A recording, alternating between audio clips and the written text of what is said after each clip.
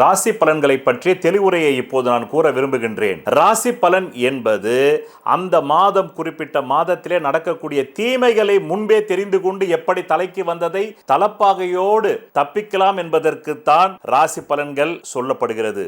நீங்கள் விரும்பிய வாழ்க்கையை வாழ முடியுமா வாழ முடியாதா என்பதை பற்றி உங்கள் அடிப்படை ஜாதகம் தான் உரைக்கும். இதுதான் ராசி பலன் பற்றிய தத்துவம். என்ன மகர ராசி என்பவர்களே, 7 நாள் சனி முடிஞ்சிட்டு இன்னும் உங்களை துவைச்சி அடிச்சு காய வச்சிருச்சு.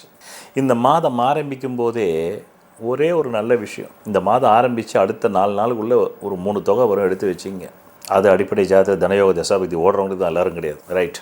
அடுத்தது 7ஆம் இடத்துல பொண்டாட்டி மேலே ஒரு ஆவி உட்காந்துன்னு உங்களை ஆட்டி படைக்குது. கடங்காரன் ஏற்கனவே ஆணாக இருந்தால் வேட்டியை உருவாத குறையா, இப்போல்லாம் யார் வேட்டி கட்டுறான், பேண்ட்டை உருவாத குறையா கேள்வி கேட்டான். பெண்ணாக இருந்தாலும் அப்படி கேள்வி கேட்டான். இதெல்லாம் ஏமா சேலை ரவிக்க பணம் கொடுக்காம அப்படின்னு. அதே நிலைமை நீடிக்குது. ஆனால் கொஞ்சம் கொஞ்சம் ஒளிமயமான எதிர்காலம் தெரியுது. நம்ம தப்பிச்சு வந்துடுவோம்னு ஒரு கண்ணில் படுது. தொழில் வளர்ச்சி வரத்துக்கான சில வேலைகள் பண்ணுறீங்க புது தொழிலுக்காக.